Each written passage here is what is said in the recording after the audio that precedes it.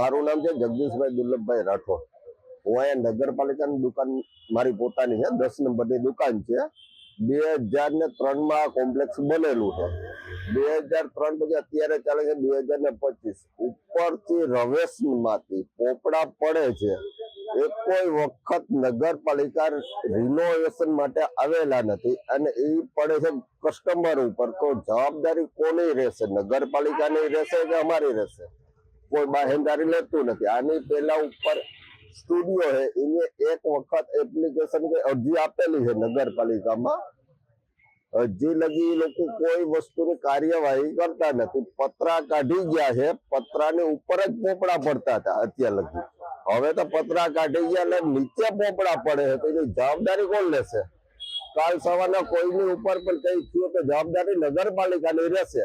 અમારી એક જ માંગ છે કે ભાઈ અમને 3 થી 4 ફૂટનું કે 5 ફૂટનું એક પતરાનું એક નક્કી કરી દે કે તમે આટલા પતરા નાખી દો કે 5 ફૂટના, તો અમે અમારી રીતે 5 ફૂટની વ્યવસ્થા કરી લઈએ, જેથી કરીને કોઈ વ્યક્તિ ઉપર કઈ થાય નહીં। તમે જોઈ શકો છો, ઉપર જોઈ લો તમે, બરોબર? અમારે આ જ માંગ છે દુકાનો વાળાની।